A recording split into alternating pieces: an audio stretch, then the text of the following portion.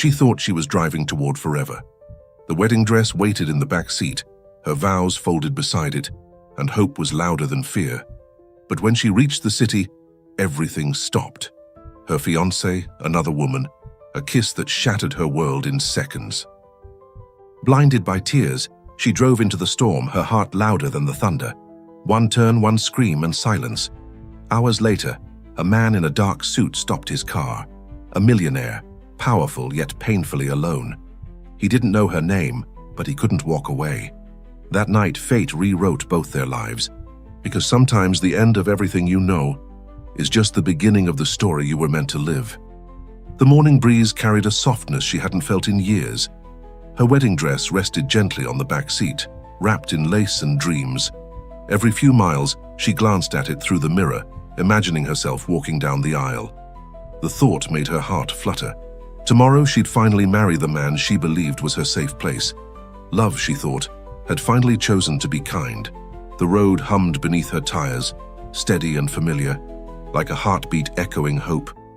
She wondered what he was doing at that exact moment, maybe adjusting his tie, choosing the songs, or checking if the rings were ready. Maybe he was nervous too, pacing around the apartment, thinking about the life they'd soon share. The image made her smile, that quiet kind of joy that lives only in people who still believe in forever.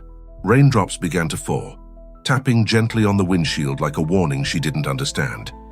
But she didn't slow down. Her mind was too full of plans. The home they would decorate together, the breakfasts by the window, the laughter echoing through the walls they hadn't built yet.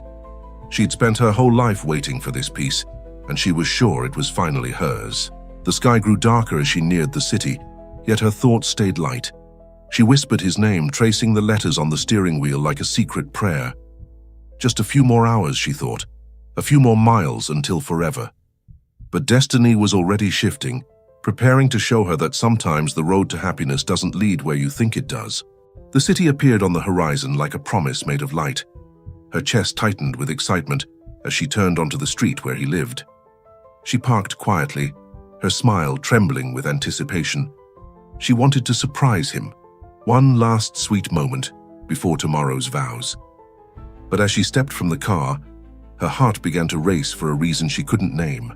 She froze halfway across the sidewalk, the sound of laughter drawing her eyes upward. There he was, her fiancé, standing by his car, his arm wrapped around a woman she had never seen before. For a heartbeat, she convinced herself it was nothing. Maybe a friend, a relative, anyone but who it truly was. Then he leaned in and kissed her. Slow, certain, the kind of kiss that only lovers share. Her breath caught like glass splintering in her throat. The world narrowed until all she could hear was the echo of that betrayal. Every promise, every night they'd spent dreaming of a future, dissolved in that single touch. She wanted to scream, but her voice was buried under disbelief. Her hands shook, clutching the small gift she'd brought him, a letter she'd never deliver. She stepped back into the rain, numb and trembling. The city lights blurred through her tears, colors melting into confusion. Tomorrow no longer existed. There was no wedding, no forever, just a hollow ache filling her chest. She got into her car, her pulse pounding in her ears. Without knowing where she was going, she started the engine and drove into the storm. But heartbreak has a way of choosing its own destination. Her hands gripped the wheel as if it were the only thing keeping her alive. The wedding dress slid from the seat, the lace catching against the leather. She didn't bother to fix it. Her eyes were swollen, her throat raw from silent cries. She didn't know where she was going, only that she needed to be anywhere but near him. Betrayal had left a taste of metal in her mouth. Memories of him flashed through her mind. Their first trip together, the night he proposed, the way he used to hold her as if she were fragile glass. Every image cut deeper, every breath felt heavier. She had built her entire world around a man who never intended to stay. The truth was cruel in its simplicity. She had loved a lie and called it forever. Her phone buzzed non-stop beside her, his name lighting up the screen like a wound she refused to touch. She turned it face down, pretending that silence could rewrite the story. For a moment, she wondered if he was still with that woman, if they laughed about how naive she had been. That thought broke something inside her that no apology could ever mend. Her pulse thundered in her ears as the tears blurred her vision. The world outside became a smear of headlights and shadows. She tried to breathe, but pain had stolen even that. The speedometer climbed, matching her desperation. Her heart begged her to stop, but her mind whispered, "Keep going." And so she did, chasing distance as if it could erase betrayal. The rain was nothing but a blur now, her mind too clouded to see. She pressed the gas harder, chasing the silence that refused to come. Her chest burned, her eyes unfocused. The world felt small inside that car, just her heartbeat and the echo of betrayal. The curve appeared too late. The tires lost grip and the sound of screeching metal ripped through the night. The impact was brutal. Glass shattered like broken promises, scattering across the road. Her body jerked forward. Then stillness. For a moment, she couldn't tell if she was breathing. The airbag deflated, hissing softly beside her. She blinked through the pain, her head pounding, the seatbelt pressing hard against her ribs. Her world had finally stopped spinning. A faint ringing filled her ears, distant yet constant. Her fingers twitched, but nothing else moved. The dashboard lights flickered weakly, casting red shadows across her trembling hands. The smell of gasoline mixed with rain and fear. She wanted to cry, but the tears had already dried somewhere between shock and surrender. Everything hurt, but at least she was alive. She turned her head slowly, her vision doubling. Outside, the road was empty, dark, and endless. Somewhere in the distance, headlights appeared. Too bright, too close. A car slowed, then stopped. A man stepped out, his silhouette tall, calm, and steady against the chaos. She tried to call out, but her voice failed her. The last thing she saw was him running toward her before the world faded to black. He had spent the evening locked in another empty meeting, surrounded by people who feared him but never really saw him. Success had given him everything except peace. On his way home, the rain hit harder, and through the fog, he noticed the wreckage.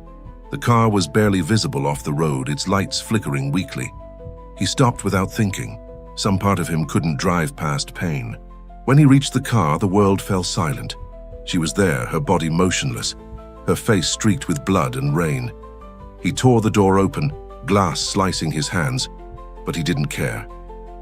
"You're going to be all right," he whispered, though he didn't know if she could hear. Her breathing was shallow, her pulse faint, yet something about her presence anchored him to that moment.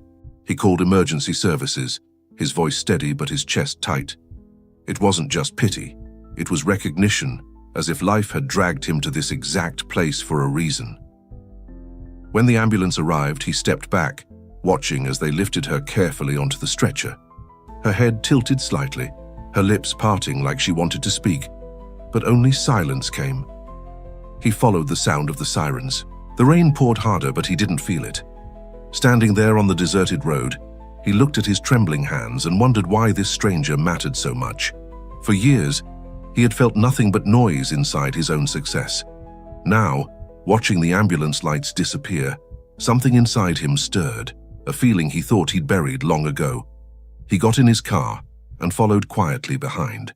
The first thing she felt was pain, a dull ache behind her eyes that spread like fire through her body. The second was fear. White walls surrounded her, bright lights stung her eyes, and voices blurred in and out of focus.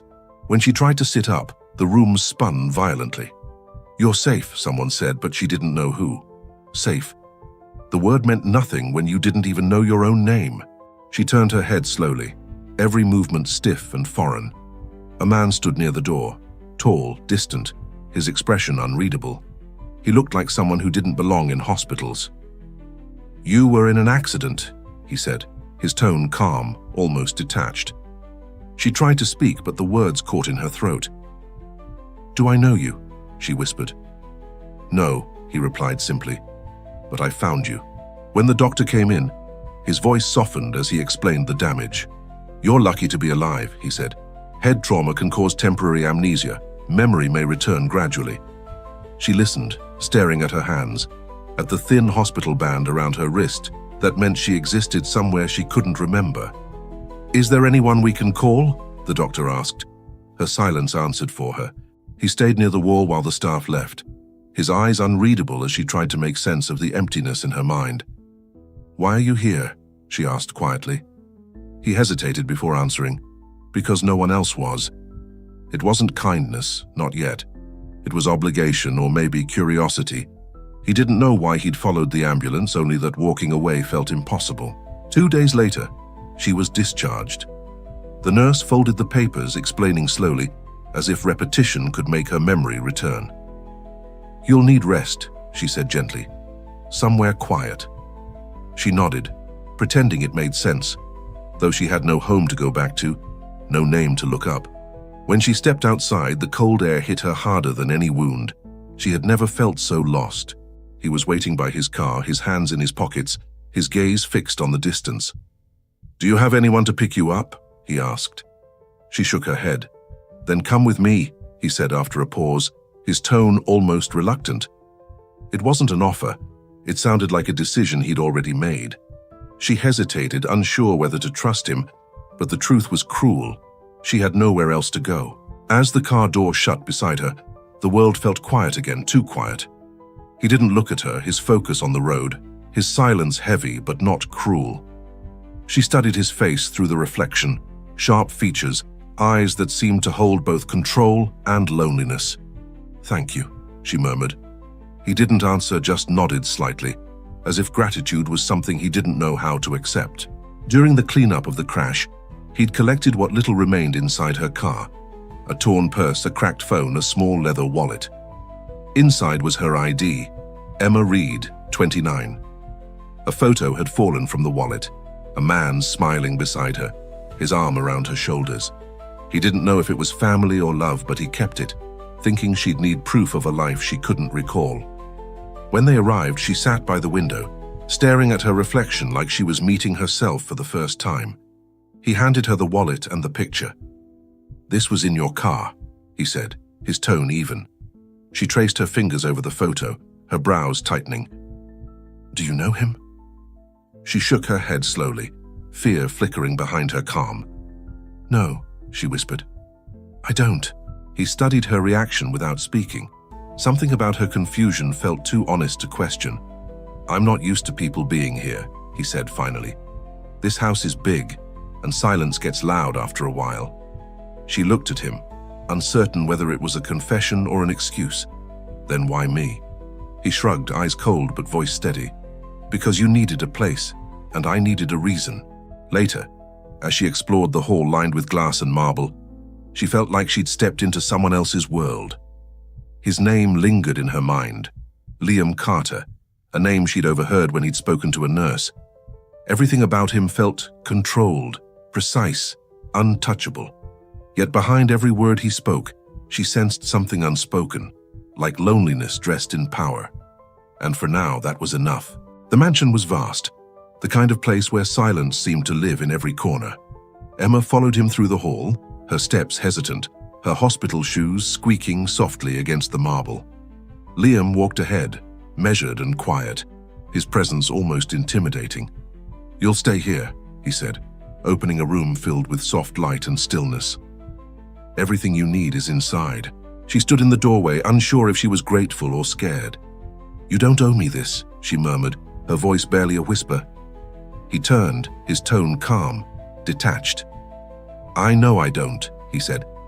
"But I need company, and you need a temporary home. It's nothing more than that." There was no emotion in his words, only honesty, the kind that felt colder than rejection. Downstairs, he poured himself a drink and leaned against the counter, watching the liquid settle in the glass. "You should find her family," he muttered quietly, running a hand through his hair. "Let her go." But the thought didn't sit right. Something about the silence upstairs made him stay still, listening to the faint creak of the floor above, as if her presence filled an emptiness he'd stopped acknowledging. He looked around at the polished surfaces, the art that meant nothing, the rooms built to impress but not to live in. The loneliness had become so constant, it almost felt like furniture. "Just a few days," he whispered, setting the glass down. His reflection in the window looked back at him, tired and unfamiliar. "She stays for now," he said finally, as if deciding something irreversible. The mornings began quietly. Emma would wake before sunrise, wandering through the halls as if trying to remember what routine felt like. Liam was always downstairs, already dressed, already distant. He read the paper at the same table, drank the same coffee, spoke the same few words. "Did you sleep?" he asked once. "I think so," she answered. Neither knew what to say after that. She started helping around the house, folding the blankets the maids had already folded, rearranging things that didn't need fixing. It gave her something to hold on to, a reason to move, to exist. Liam noticed, but said nothing. One afternoon, he walked in to find her making tea. "I thought you had staff for that," she said softly. He shrugged. "They don't make it the way I like." At dinner, the silence between them felt less sharp. He asked about the photo she'd kept, the one with the man's smiling face. She turned it over, tracing the edges. "I wish I remembered him," she whispered. "Maybe it's better you don't," he said too quickly, his voice lower than before. She looked up, confused, but he had already gone back to his meal, pretending he hadn't said it. That night, Emma sat by the window, watching rain streak across the glass. Downstairs, Liam worked late in his study, but his thoughts kept drifting upward, to the quiet footsteps above, the faint sound of her humming. The house felt different now, less like a museum, more like a place breathing again. He didn't want to admit it, but part of him feared what would happen when she remembered. Days turned into a rhythm neither of them planned. Emma began recognizing his habits, the way he checked his watch twice before leaving a room, the quiet sigh he gave before every phone call. Liam noticed hers too, the way she hummed absent-mindedly while cleaning, how she paused before speaking as if searching for permission. The house, once lifeless, began to pulse with quiet movement again. He often caught himself listening for her footsteps. They had become part of his day, like the ticking of the clock he never heard before. She didn't speak much, but when she did, it filled the silence in ways his wealth never could. One morning, she made him laugh, an awkward, unexpected laugh that startled them both. He looked away quickly, embarrassed by the sound of his own happiness. Emma felt safer than she had in weeks, though she didn't understand why. There was still distance between them, but it no longer felt cold. She saw glimpses of warmth in his rare smiles, a softness he tried to hide. Sometimes she'd pass by his study and hear him talking quietly on the phone, his tone different from the sharp voice he used with others. She wondered who he really was. He tried to convince himself that nothing was changing, that she was just a guest, a stranger borrowing time under his roof. But every evening, when she sat across the table, her laughter soft and uncertain, something in him began to unwind. He caught himself thinking of her when she wasn't there, of the way she touched things carefully, as if afraid they might break. One afternoon, she found an old record player tucked away in the corner of the library. "Does it still work?" she asked. He joined her, adjusting the dusted dial.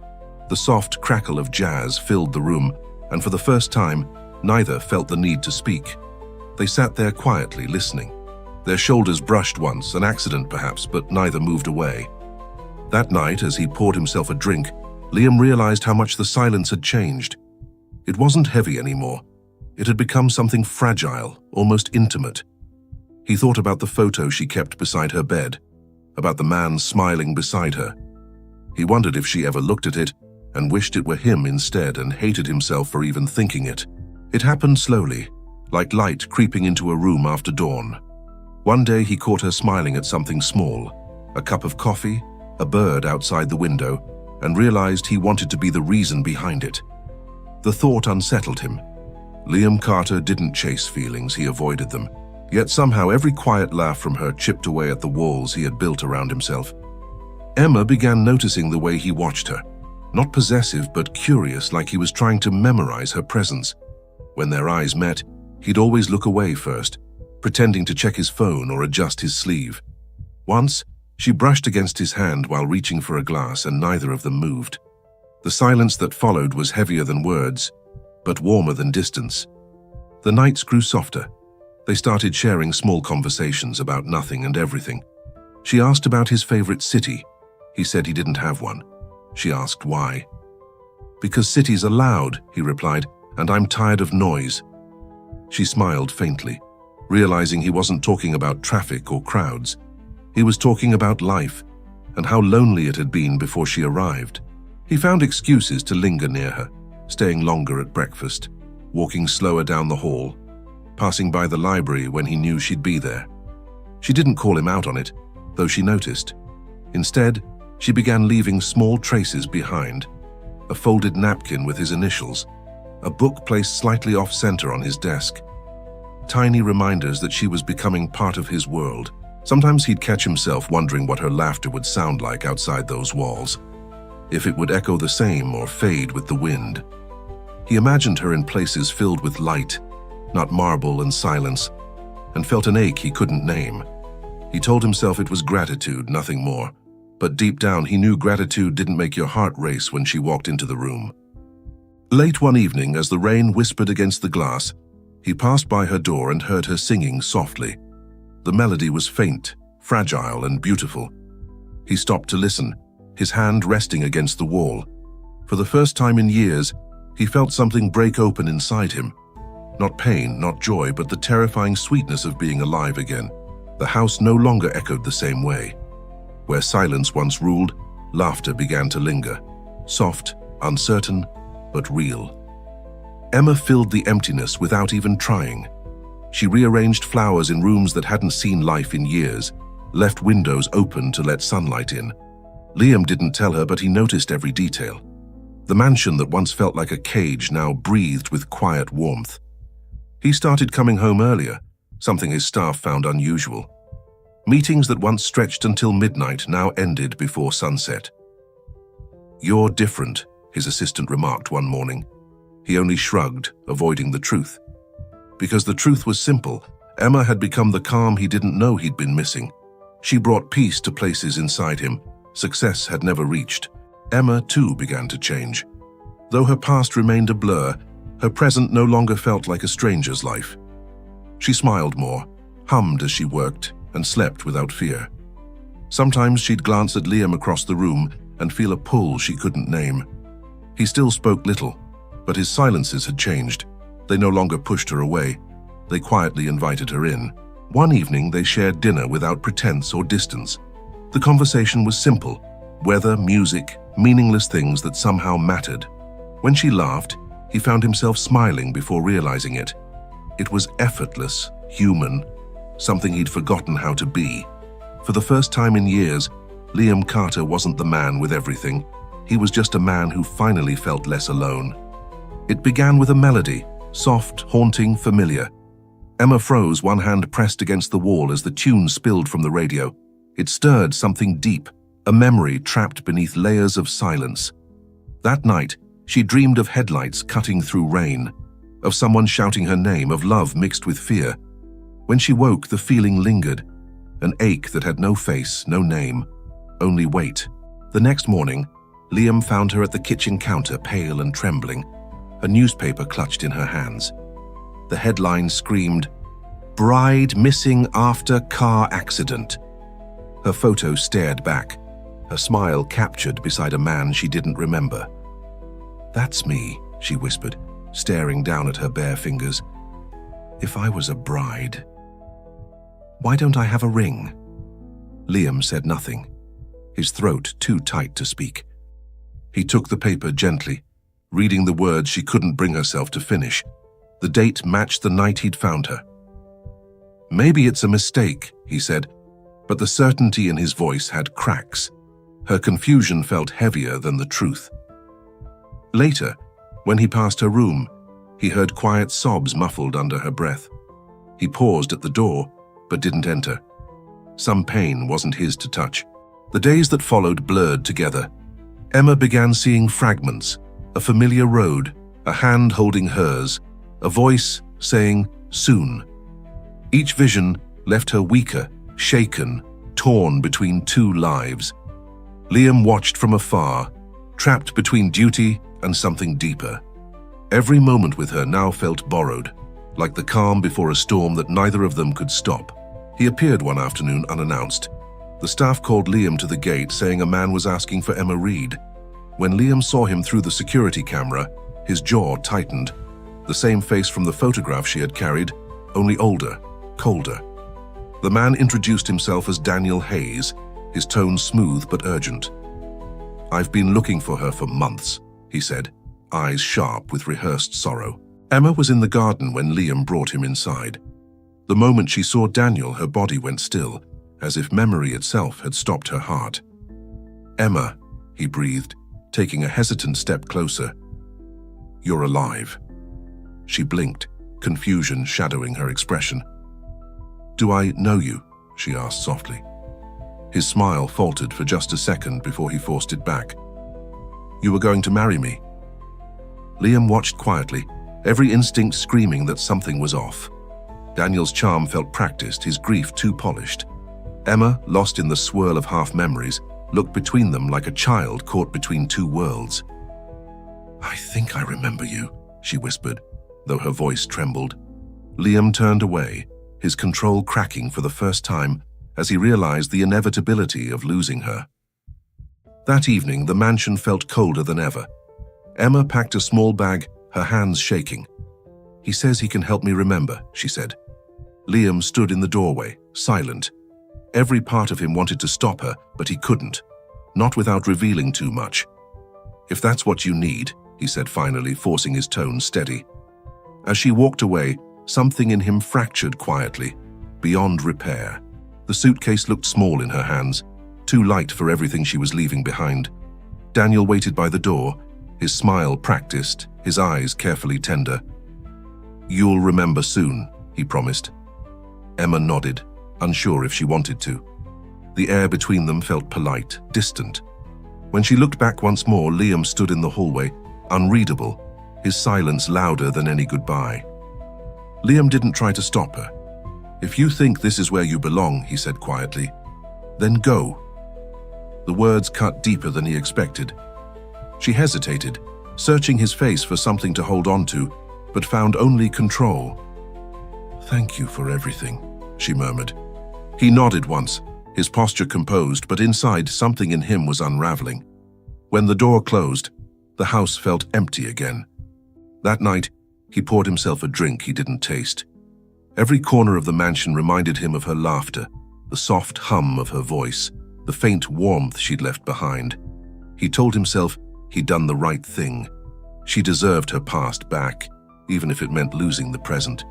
But reason was a poor comfort when the silence returned heavier than ever. In the following days, her absence settled into the house like dust. The maids moved quietly, afraid to break what little calm remained. He kept telling himself it was temporary, that she'd find what she was looking for. Yet, every time the phone rang, he caught himself hoping it was her voice on the other end, saying she remembered, but not the man she had left with. The days after her departure felt longer than years. Liam told himself he was fine, that this was how it was meant to end. But peace never came. He couldn't shake the look in Daniel's eyes, the charm too polished, the grief too shallow. He had met enough men like that in business to know when someone was hiding rot beneath a perfect smile. Something wasn't right. Late one night, he called an old contact who specialized in finding what others wanted hidden. "Look into Daniel Hayes," he said, keeping his tone flat. By morning, the results came back. Unpaid loans, gambling debts, and a list of short-lived jobs. The man wasn't a partner searching for love. He was a failure looking for redemption through someone who'd once believed in him. Liam stared at the report, his jaw tightening with every page. Daniel had lied to Emma about everything, their plans, his work, even his reason for finding her. He'd painted himself as a grieving fiancé, but in truth, he needed her back to fix the life that fell apart without her. Guilt hit hard. Liam had watched her walk into the arms of a man who saw her as a solution, not a soul. He stood by the window, the city lights stretching endlessly below.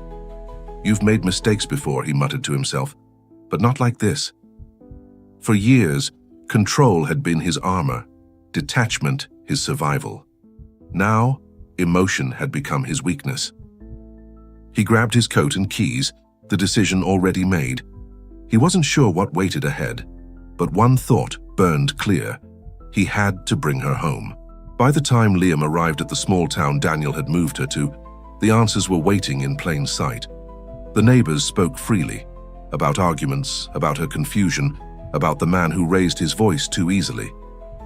"He says she's sick," one woman said quietly. "But she doesn't look sick, just scared." Liam's stomach twisted. Every instinct screamed that he'd been right all along.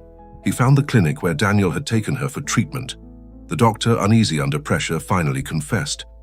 "He said she was unstable," the man murmured. "But she didn't seem lost, just unsure."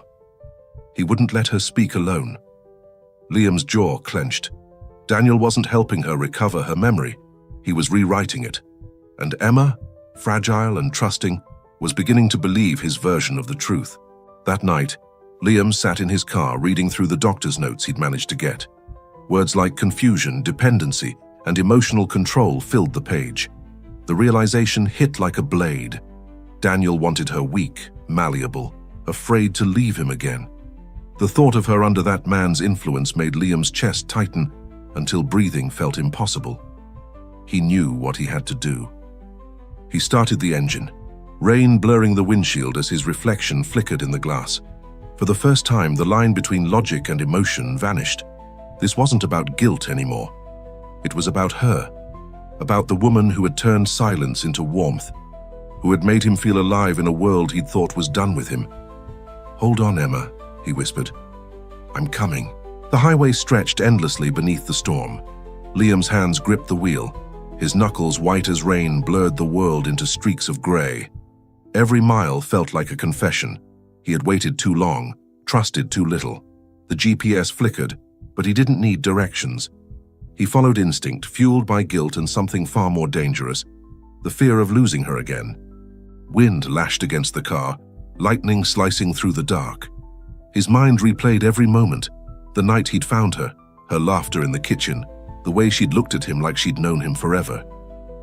"You should have gone after her," he muttered, jaw tight. For the first time in years, control meant nothing. All that mattered was getting to her before the world broke her again. As he neared the edge of town, his headlights caught a flicker of movement. A car parked outside a dimly lit house, Daniel's car. Liam slowed, heart pounding. Through the window, he saw Emma sitting at a table, her hands folded neatly, her eyes blank. Daniel paced behind her, speaking too fast, too loud. Even from a distance, Liam could feel the tension in the air. Fear disguised as love. He stepped out of the car, rain soaking through his clothes, and took a breath that felt like fire. Every rational thought screamed to wait, to call someone, to think. But he wasn't that man anymore. He moved toward the door, his heartbeat drowning out the storm. For once, fate wasn't something he'd watch from afar. It was something he was ready to fight. The rain outside grew louder, almost echoing the storm rising inside her. Daniel's voice blurred into noise as Emma pressed her hands to her temples. Images began to flash behind her eyes. Her car, a dress laid across a chair, the sound of someone laughing that wasn't hers. Then, clearer than anything, she saw him, Daniel, holding another woman. The betrayal hit again, sharper, like she was living it twice. Her breath came in short gasps. "Stop," she whispered, but he kept talking, his words slicing through the air. "You were going to marry me, Emma," he said. "You loved me." She looked up, eyes wide, tears mixing with confusion. "No," she said slowly, shaking her head. "I remember now. You lied. You left me." He froze, caught off guard by the clarity in her voice, by the strength returning to it. Daniel took a step closer, anger flashing beneath his practiced charm.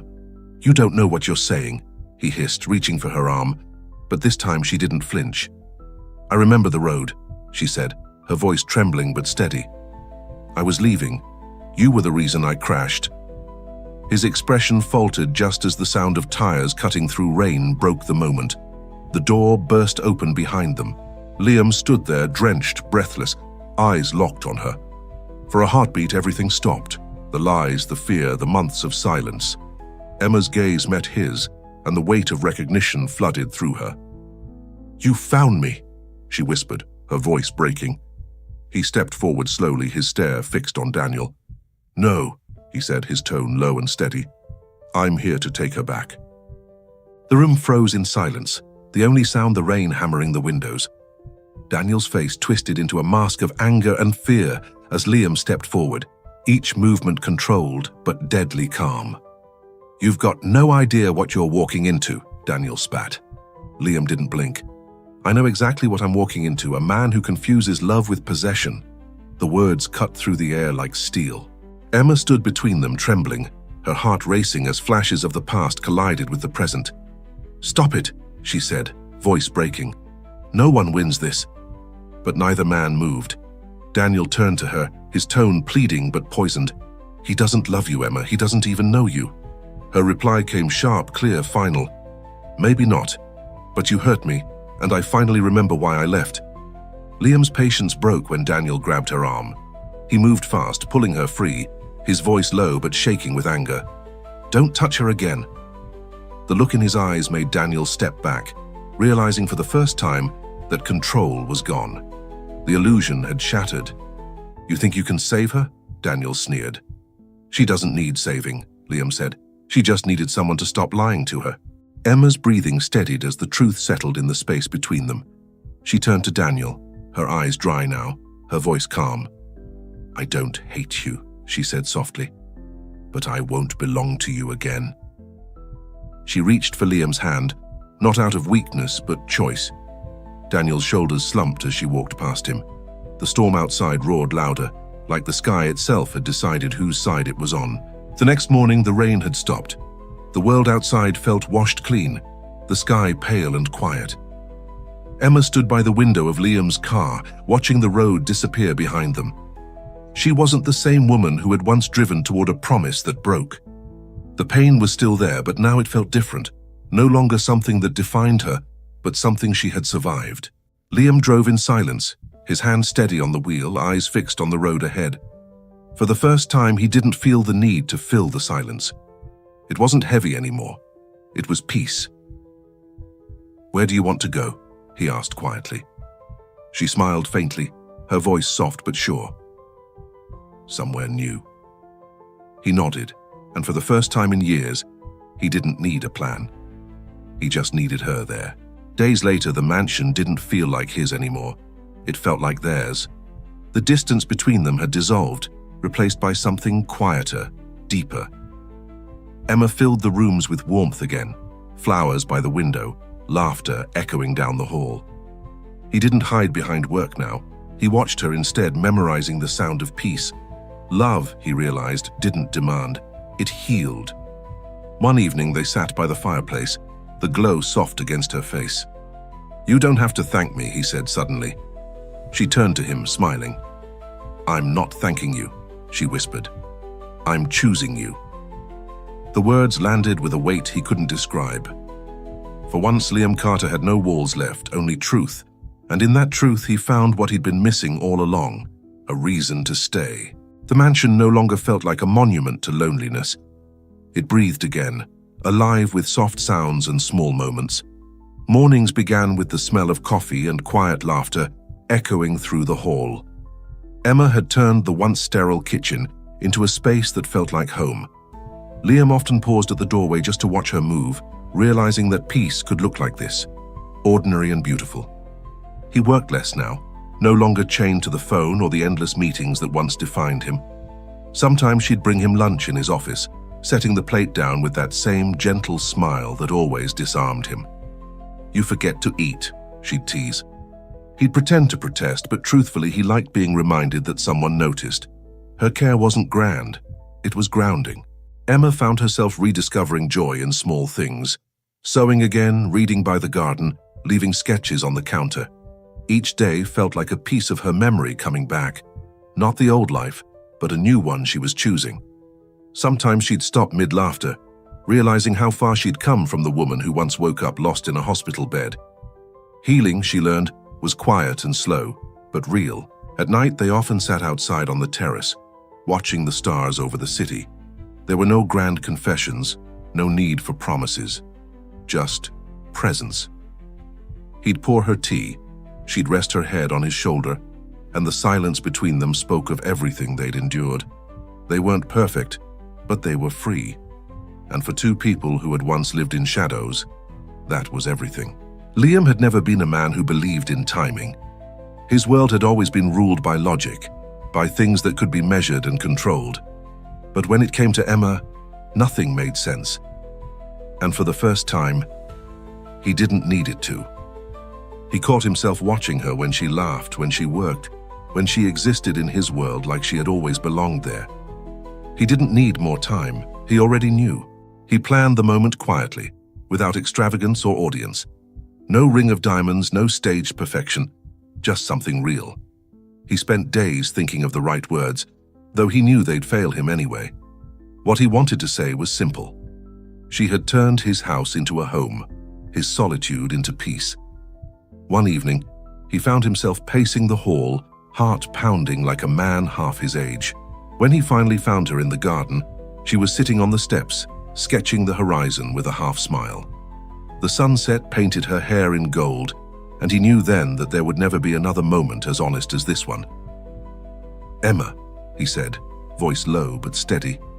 She looked up, curious, unaware of the storm in his chest. "You've already given me everything I didn't know I needed," he said softly. He knelt beside her, his hand trembling slightly as he pulled a small ring from his pocket. A simple band of silver, understated like their love. "I don't want perfect," he said. "I just want real. Will you stay with me in this life we've rebuilt?" Her eyes filled with tears, but her smile was sure. "I was never lost," she whispered. "I was just finding my way to you." And under that quiet sky, their story began again. Their wedding was simple. No cameras, no audience, just peace. The ceremony took place in the garden behind the mansion, under soft lights and blooming roses. Emma wore a dress she had sewn herself, and when Liam saw her, he didn't see the woman he'd rescued. He saw the one who had rescued him from a life without meaning. Love, he realized, wasn't found.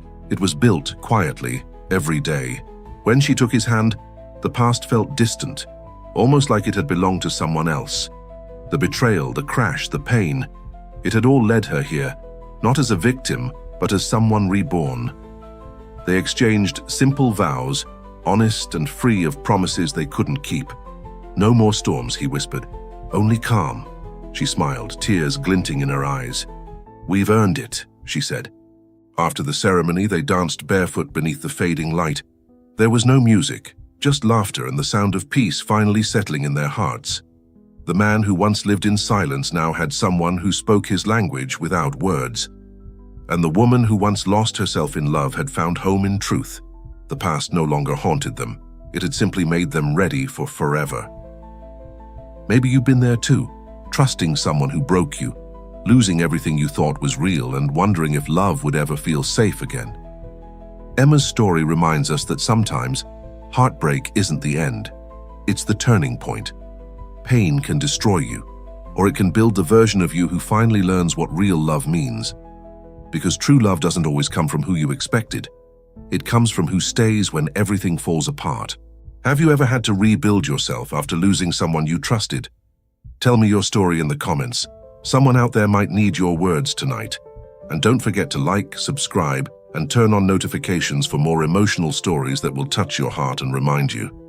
Love always finds its way back.